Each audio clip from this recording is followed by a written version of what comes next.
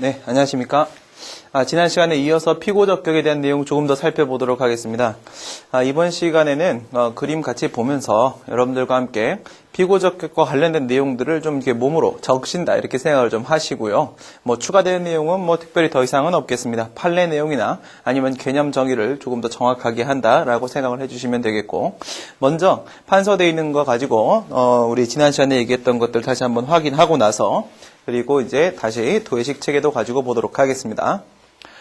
행정청인지 여부 이렇게 나오고 있는데, 여러분들이 지금 제 수업을 들으시는 분들은 이제 주관식 시험을 준비하시는 분들 아니겠습니까? 이쪽에 공무수탁 사인과 관련된 문제가 이렇게 출제될 가능성이 그렇게 높지는 않아요. 오히려 출제가 된다면 이쪽에 있는 이 처분적 조례와 관련된 문제가 출제될 가능성이 더 높다라고 볼 수 있겠죠. 공무수탁 사인이 처분을 발령한다. 처분 발령할 수 있다고 했나요? 공무수탁 사인 역시 기타 행정 주체로서 행정청의 지위가 인정될 수 있다고 했습니다. 따라서 공무수탁 사인도 처분을 발할 수 있다. 그런데 그 처분이 만약 위법하다라고 한다면 누구를 상대로 소송을 제기될 것인가, 피고적격에 대한 문제가 생길 수 있겠네요. 그렇죠? 그 흐름 한번 보시게 되면은 행정청인지 여부와 관련돼서 논의한다고 했죠. 피고적격과 관련된 내용 몇 개 있었어요? 2개 있었습니다. 첫 번째는요, 행정청, 두 번째는 처분 등을 행한 행정청. 첫 번째 경우에 있어서는요, 전형적 행정청이 아닌 자가 처분 발령할 때, 두 번째는요, 정당한 권한이 없는 자가 처분 발령할 때, 이 두 가지 있었고요. 여기서 이제 전형적 행정청이 아닌 공무수탁 사인이 처분을 발령할 때 상황이고요. 이때 전형적 행정청이 아닌 자가 처분을 발령해서 문제는 발생했습니다. 그런데 행정소송법상 행정청을 과연 무엇으로 봐야 될 것인가? 즉 행정소송법 13조 1항에 따르게 되면은 처분 등을 행한 행정청이 피고가 된다라고 되어 있는데, 그때 행정청의 범위를 어디까지 볼 것인가 이런 문제죠. 만약에 기능적 의미의 행정청을 포함시키지 못한다면은 이때는 공무수탁 사인이 처분을 했다라고 할지라도 어떻게 보셔야 돼요? 공무수탁 사인일 때 그 공무를 위탁한 국가나 지자체를 상대로, 그죠? 그쪽의 행정청, 위임청을 상대로 소송을 제기된 상황이 올 수도 있습니다. 그런데 우리 행정소송법 2조 2항에서는 행정청의 범위에 대한 규정을 두고 있고, 행신법이나 행절법도 규정을 두고 있지만 지금은 행정소송 얘기니까 행정소송법 2조 2항 생각해 주시면 되겠고, 여기서 행정소송법상 행정청이란 뭐라고요? 행정소송법 13조 1항에 있는 행정청은 뭐라고요? 작용법상 행정청이라고 말씀드렸죠. 사인도 포함된다 이렇게 하고 있었습니다. 따라서 이것은 기능적 의미의 행정청이고, 그렇다면은 공무수탁 사인은 그 공무를 위탁받은 범위 내에서, 그 위탁받은 공무를 수행하는 범위 내에서, 그 공무를 수행하는 범위 내에서 별도의 행정기관을 보유하지 못하기 때문에 자신이 행정청이 된다고 했고요. 따라서 행정청의 지위가 인정될 수 있으므로 공무수탁 사인도 뭐 될 수 있다? 피고적격이 인정될 수 있다. 이런 내용이었었네요. 그렇죠? 그다음 처분적 조례에 대한 내용을 한번 넘어가 보도록 하겠습니다. 이것도 역시 행정청인지 여부에 대한 문제 맞나요? 맞죠. 그렇죠. 처분 등을 행한 행정청인지 여부에 대한 문제, 이건 뭐에 해당한다고 했죠? 권한위임, 내부위임, 권한의 대리와 관련된 문제라고 했습니다. 행정청인지 여부와 관련돼서 공무수탁 사인 부분과 함께 처분적 조례에 대한 문제도 생긴다고 했죠.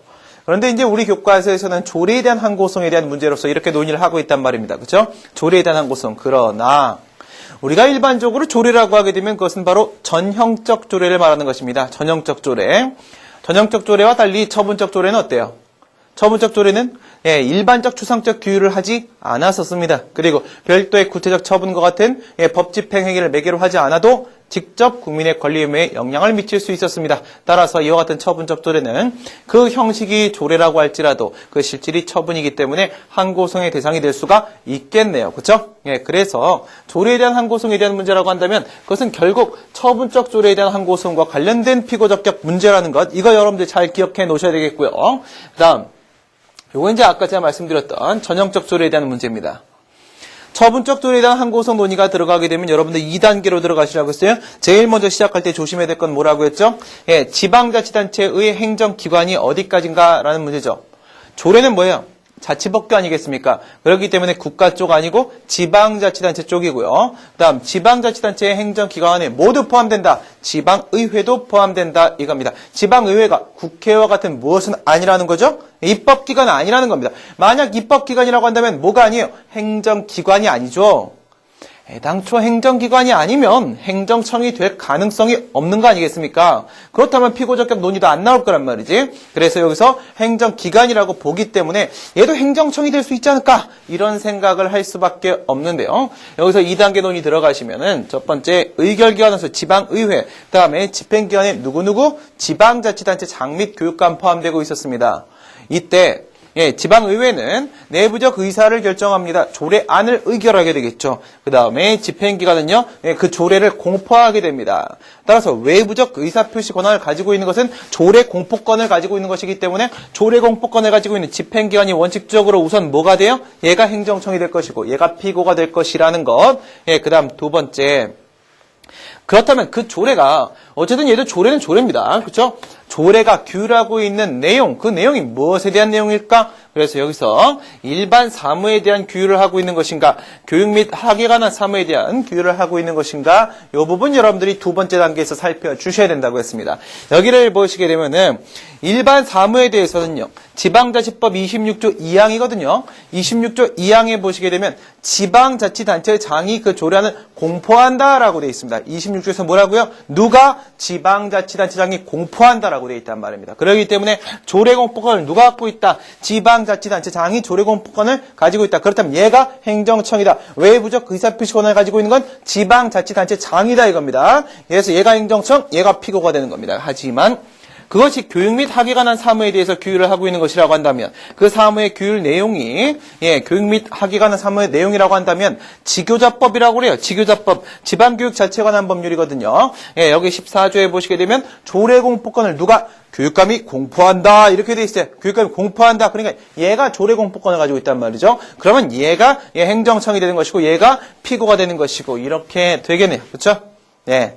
계속 이게 복습하는 것 같은 느낌 드시죠? 그럼 다시 한번 또 복습할게요. 세 번째 복습일지도 모르겠네요. 무슨 뜻이냐? 몸에 한번 쭉 적셔보도록 하겠습니다. 여러분들은요, 그냥 들어만 주시면 돼요. 들어만 주시면 이 그림 가지고 그림을 조금 더 여러분들이 흡수하신다. 이렇게 생각을 해주시면 되겠네요. 그럼 다시 체계대로 넘어가도록 하겠습니다.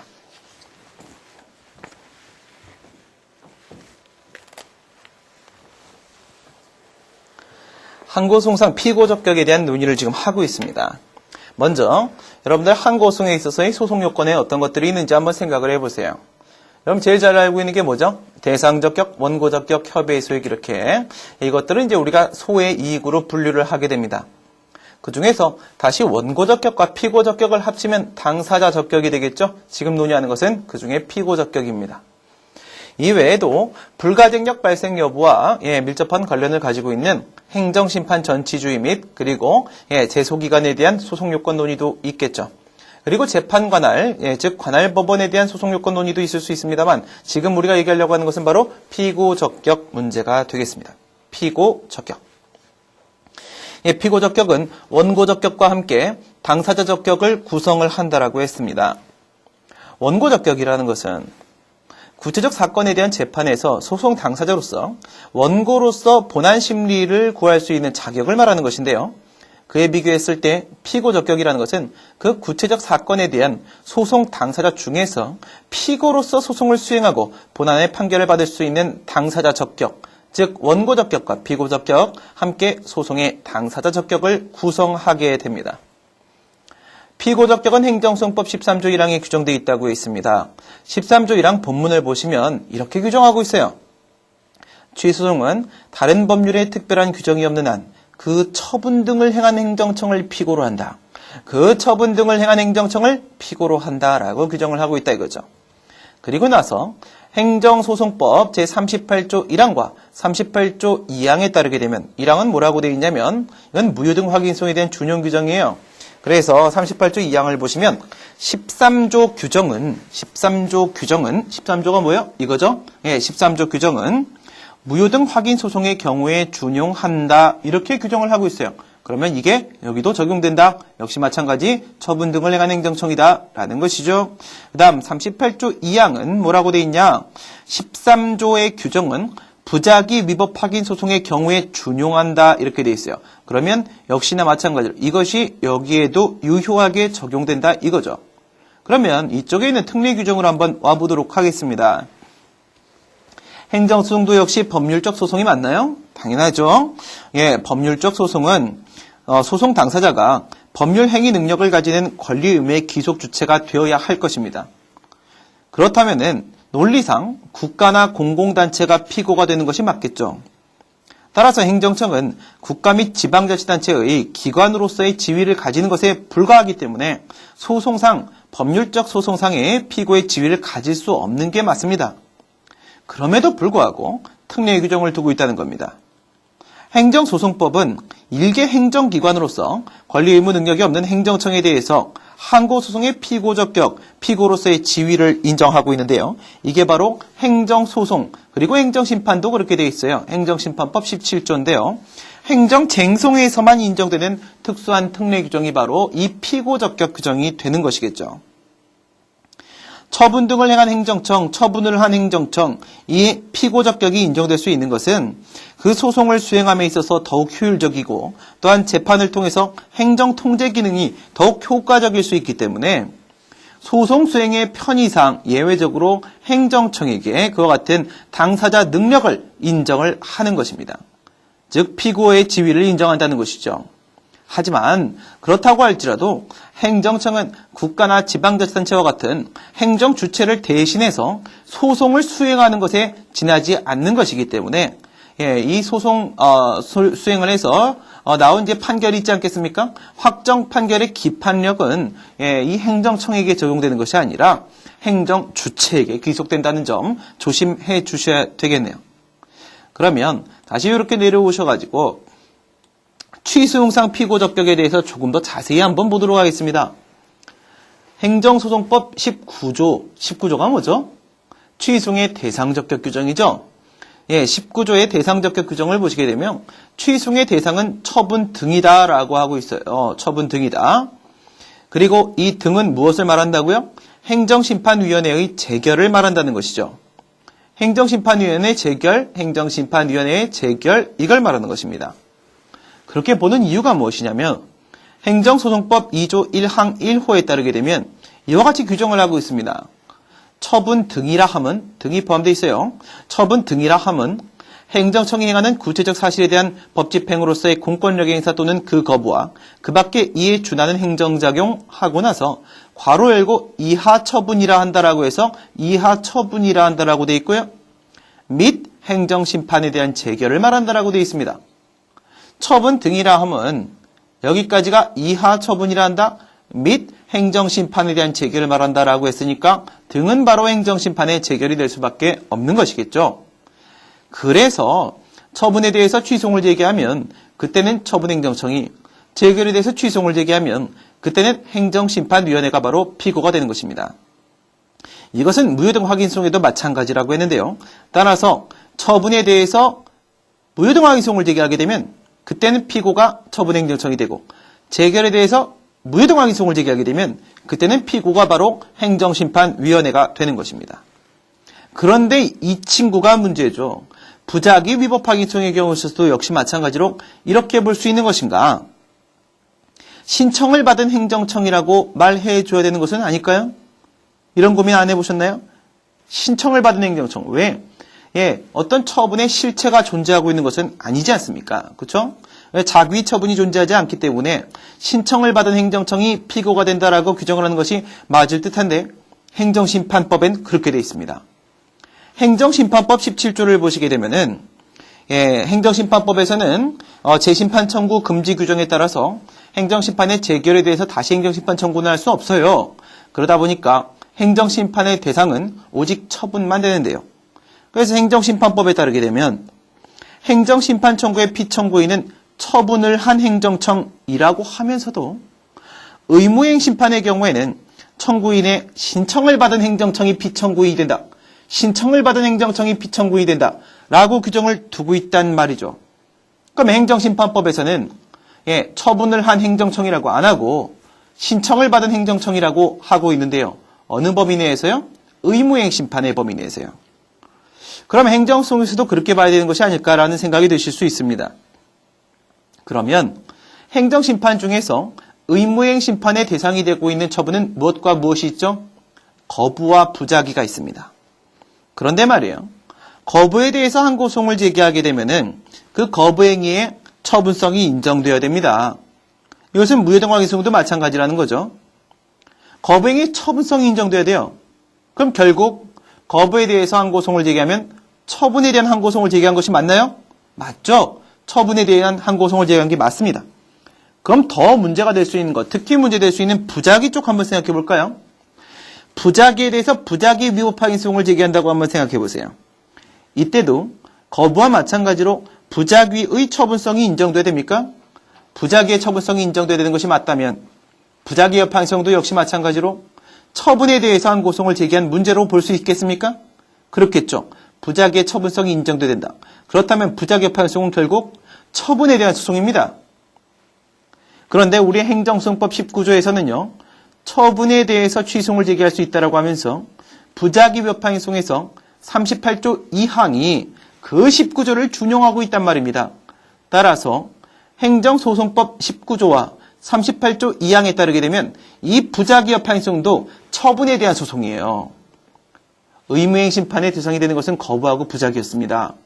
그리고 행정소송 쪽에서는 거부도 부작위도 처분이 되어야지만 부작위 위법 항의송에 그리고 거부 처분에 대한 항고송의 대상이 될 수가 있단 말이죠. 그러니까 이 부작위 위법 항의송 역시도 마찬가지로 뭐라고 할 수 있어요? 처분 등을 행한 행정청이 피고가 된다라고 말할 수 있게 되는 거예요. 왜 그러냐면 행정심판법에서는요. 거부나 부작위가 의무행 심판의 대상이 된다라고 하면서 그것이 처분이어야 한다. 거부나 부작위가 처분이어야 한다라는 별도 규정은 없단 말이에요. 그래서 신청을 받은 행정청이라는 표현이 피청구인과 관련돼서 따로 있지만 행정소송에서는 그냥 처분 등을 행한 행정청이라고 해도 상관없게 된다 이거예요. 행정심판 쪽에 있어서 문제와 피청구인의 문제, 행정소송에 있어서 피고의 문제 조금 다를 수 있다는 거 여러분들 좀 기억을 해 주셔야 되겠네요. 행정청으로 넘어와 보도록 하겠습니다. 행정청. 이것은 바로 행정청을 13조 1항에서 뭐라고 했어요? 처분 등을 행한 행정청. 행정청의 범위를 과연 어디까지 인정할 것인지, 어느 범위까지 인정할 것인지 문제가 바로 이 부분의 논의가 되는데요. 그것은 만약에 조직법상 전형적 행정청이 아닌 자가 처분을 발령한다. 대표적으로 누구요? 공무수탁사인. 이 처분을 발령한다고 했을 때 과연 누구를 상대로 취소를 제기해야 되는지가 문제될 수 있습니다. 이것은 바로 행정소송법 13조 1항의 행정청의 의미를 무엇으로 볼 것인가 이런 문제가 될 텐데요. 대표적으로 공무수탁사인. 과연 공무수탁사인이 처분을 발령했을 때 자신의 이름으로 공무수탁사인이 항고송의 피고가 될 수 있겠는가 이런 문제가 되겠죠. 그런데 행정소송법 2조 2항 때문에 될 수 있다라고 말했습니다. 행정소송법 2조 2항에는 뭐라고 되어 있을까요? 이 법을 적용함에 있어서 행정청의 범위에 대해서 규정을 하고 있네요. 행정청에는 법령에 의하여 행정권한의 위임 또는 위탁을 받은 행정기관, 공공단체 및 그 기관 또는 사인이 포함된다라고 되어 있습니다. 심지어 사인까지도 행정청의 범위 내에 포함시키고 있고 이때 여기서의 사인이 공무수탁 사인을 의미함은 물론입니다. 그렇기 때문에 행정소송법에 있어서의 행정청이란 바로 기능적 의미의 행정청을 말한다고 볼 수 있고 따라서 공무수탁 사인도 포함될 수 있는 것이겠죠. 우리가 첫 시간에 판서를 통해서 보신 것처럼 국가 등으로부터 공무를 민간 위탁받은 사인으로서의 이 공무수탁 사인, 일정한 범위 내에서 그 위탁받은 공무를 수행하는 범위 내에서 행정청의 행정주체의 지위가 인정된다라고 했습니다. 그리고 뭐라고 했나요? 기타 행정주체의 경우에는 별도의 행정기관을 보유하지 못한다고 했고요. 따라서 이 공무수탁 사인은 또한 스스로 행정청의 지위를 동시에 가지게 됩니다. 행정청의 지위를 가지기 때문에 공무수탁 사인은 자신의 이름으로 처분을 발령할 수 있고요. 그렇게 발령한 처분은 항고소송의 대상이 될 수 있겠고 그 공무를 수행하는 범위 내에서 행정소송법상 행정청의 지위가 인정되기 때문에 항고소송의 피고로서의 지위도 인정되는 것입니다. 그 다음 조례에 대한 항고소송으로 한번 넘어가 보도록 하겠습니다.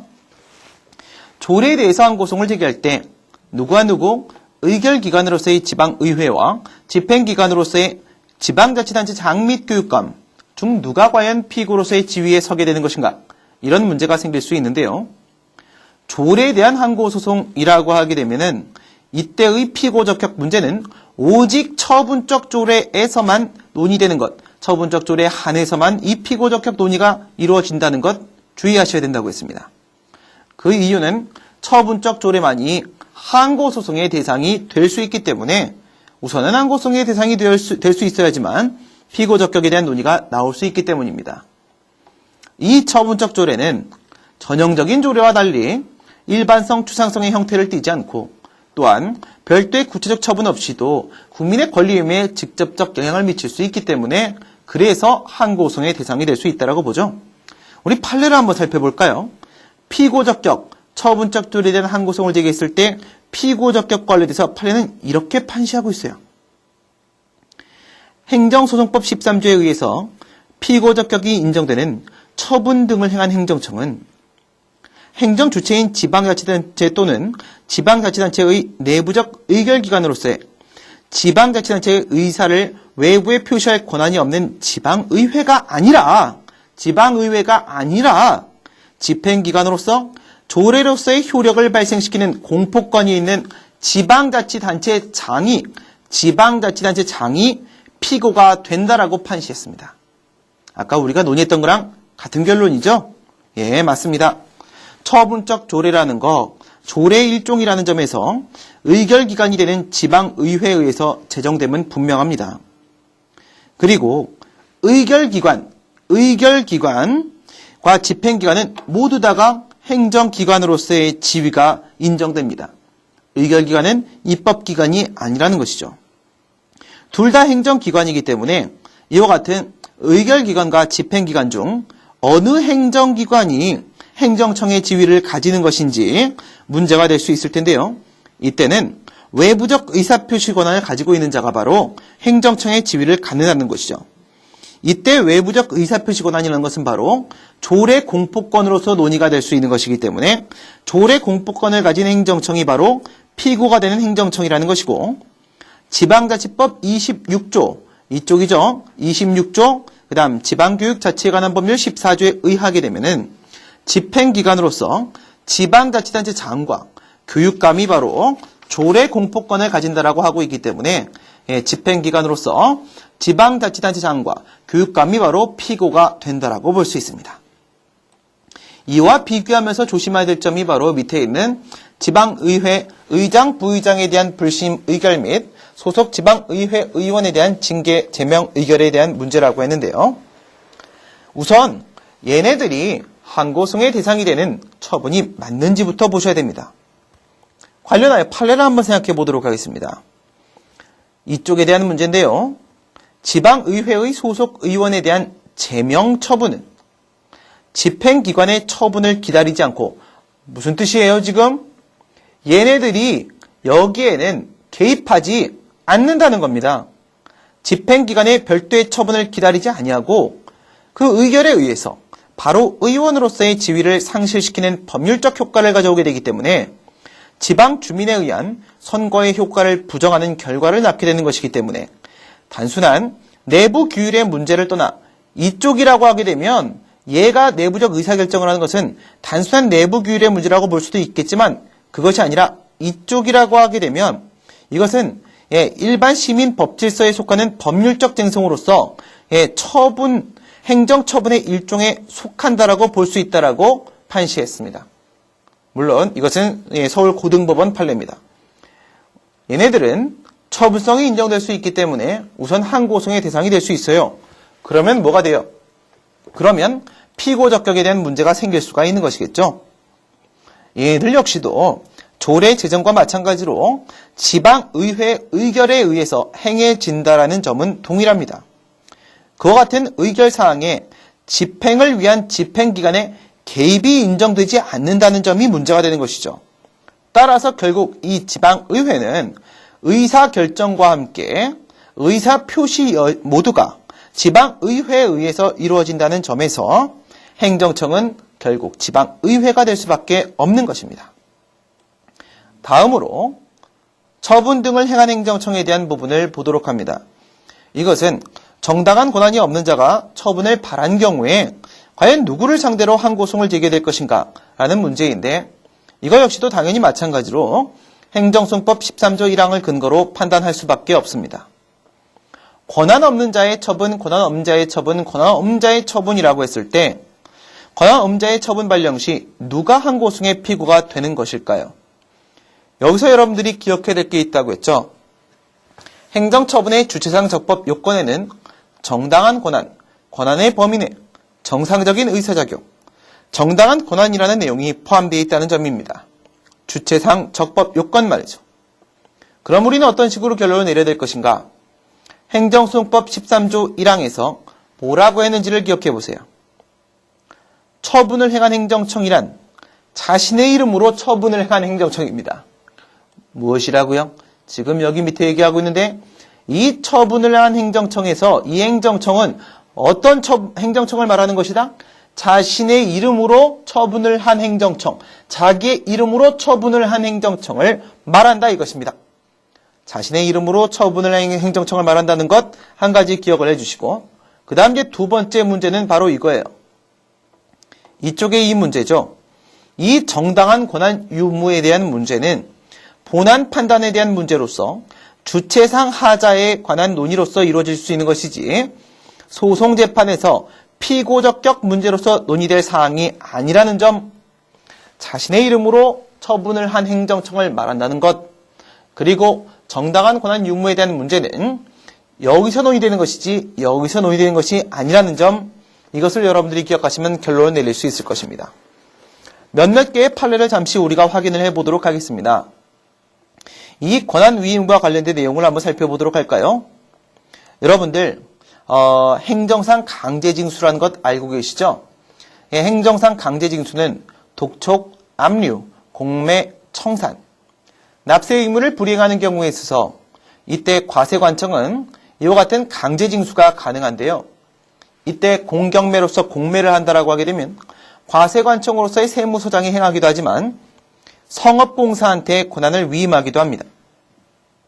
이 성업공사라는 것은 현재 한국자산관리공사를 말하는 것인데, 판례에 따르게 되면 성업공사가 세무서장의 공매 권한 위임에 의한 것으로서 그 공매 처분을 한 경우에 공매 처분이 위법할 때 공매 처분에 대한 취소송 등의 항고송을 제기함에 있어서는 그 수임청으로서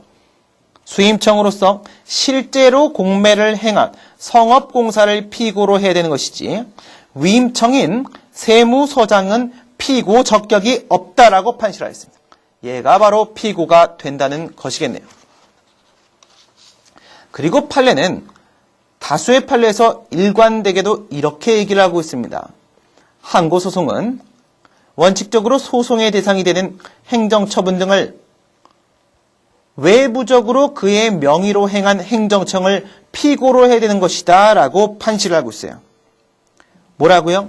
외부적으로 그 자신의 명의로 행한 행정청을 피고로 해야 된다는 것이죠.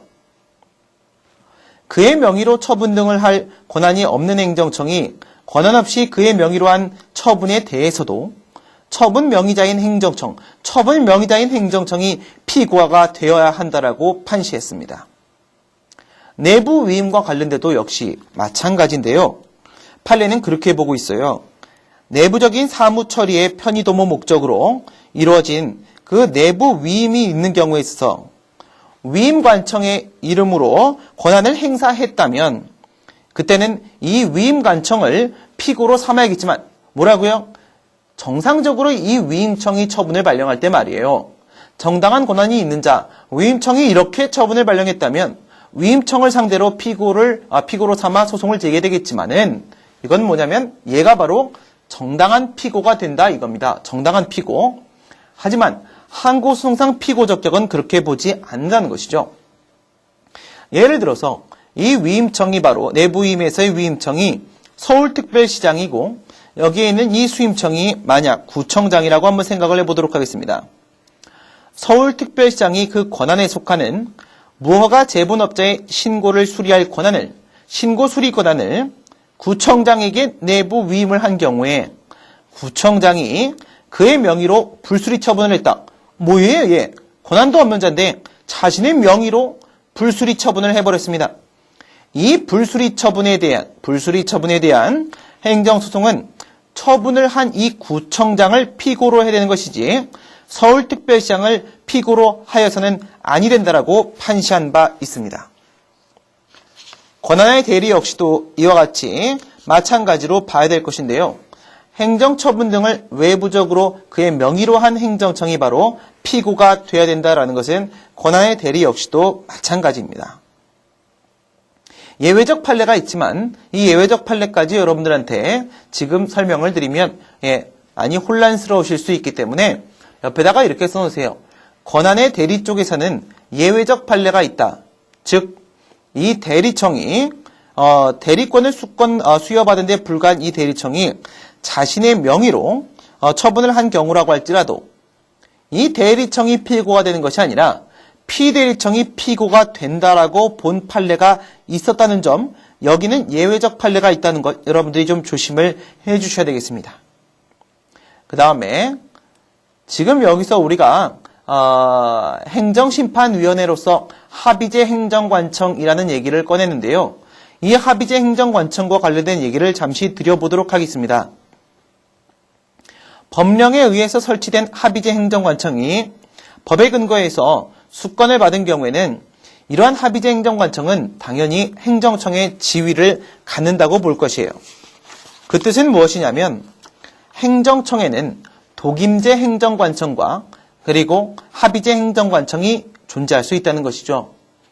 여러분들이 일반적으로 알고 계신 행정청은 바로 독임제 행정청입니다.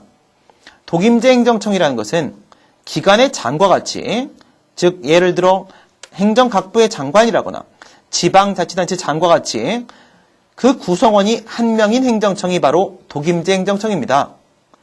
그에 대비되는 개념으로서 이 합의제 행정청이란 무엇이냐? 각종 위원회를 말하는 거죠. 노동위원회나 토지수용위원회나 공정거래위원회나 감사원이나 이와 같이 각종 위원회, 물론 여기에는 행정심판위원회는 당연히 포함됩니다. 각종 위원회와 같이 그 구성원이 2명 이상으로 조직되어 있는 경우에 그 조직의 의사결정이 구성원의 합의에 의해서 이루어지는 행정청을 우리가 합의제 행정관청이라고 하는데, 얘네들은 당연히 행정청의 지위가 인정되기 때문에 피고로서의 행정청의 지위도 인정될 수 있습니다. 헌데 여러분들이 조심해야 될 게 있습니다. 2011년도 행정고시 문제에서 출제된 바와 같이 당시 어떤 문제가 출제가 됐냐면 국민건강보험공단이 등장을 했어요. 그리고 그 국민건강보험공단에 소속 직원이 있었어요. 이 소속 직원이 노조 행위를 했단 말이죠. 노조 행위를 했다라고 해서 직위 해제 및 해임 처분을 받게 됐는데, 이때 이 직위 해제나 해임 처분은 우리가 알고 있는 행정청이 아니거든요. 행정처분이 아니거든요. 그래서 이 직원 갑이 직위 해제 및 해임 처분에 대해서 다투기 위해서는 민사소송을 제기하는 방법도 있을 수 있겠지만 그것이 아니라 노동위원회를 찾아간단 말이에요. 이때 제일 먼저는 지방노동위원회에 찾아가서 구제 신청을 할 수도 있고, 지방노동위원회가 만약에 불구제 결정을 하게 된다면 중앙노동위원회를 찾아갈 수도 있는데요. 이때 노동위원회법 27조를 보시면 중앙노동위원회가 현재의 이 행정심판위원회가 되고 있는 것이고요. 이렇게 규정을 하고 있습니다. 중앙노동위원회의 처분에 대한 소송은 중앙노동위원회의 위원장을 피고로 해야 된다라고 규정을 하고 있단 말이죠. 그러면 중앙노동위원회와 같은 노동위원회 역시도 합의제 행정관청인 건 맞아요.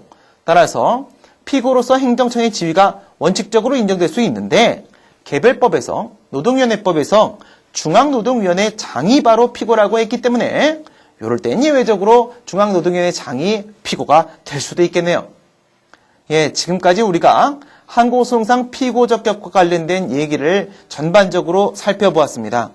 지금 우리가 살펴본 것 외에도 권한의 승계나 아니면 행정청의 소멸, 그리고 피고 경정 등과 같은 논의들이 피고 적격 내에 있기는 합니다만은 주관식 행정법에서는 출제될 가능성이 사실상 없는 부분이기 때문에 여러분들이 교과서를 읽으시면서 이런 내용이 있구나, 이 정도만 한번 확인해 주시면 충분하겠습니다. 지금까지 우리가 항고소송상 피고적격에 대한 논의를 살펴보았습니다. 주관식 행정법에서 출제될 수 있는 문제는 두 가지입니다. 첫 번째는 행정청, 두 번째는 처분 등을 해야 하는 행정청. 이것 두 개만 기억해 주시면 되겠어요. 하지만 행정청 쪽에 있어서의 공무수탁 사인과 처분적 조례 또는 처분적 법규에 대한 항고소송 제기에 대한 문제, 그리고 우리 그 밑에 비교하면서 들어갔던 것이 지방의회 의장, 부의장에 대한 부심 의결이나 소속 의원에 대한 제명, 징계 의결에 대한 문제, 그리고 처분 등을 향한 행정청과 관련된 문제로서 권한 위임이나 내부 위임 또는 권한의 대리에 대한 문제들은 항상 뭐냐면 소스처럼 항상 약방의 감초처럼 항상 중간중간에 들어가서 배점은 그렇게 크지 않지만 한 5점 정도 배점으로 사례 문제에 많이 포함이 되기 때문에 어려운 내용은 아니지만 여러분들이 아주 익숙하게 해둘 필요가 있는 부분이 바로 항고소송상 피고적격과 관련된 논점이 아닐까라는 생각이 듭니다. 지금까지 항고소송상 피고적격에 대해서 함께 살펴보았습니다. 수고들 많이 하셨습니다. 수고하셨습니다.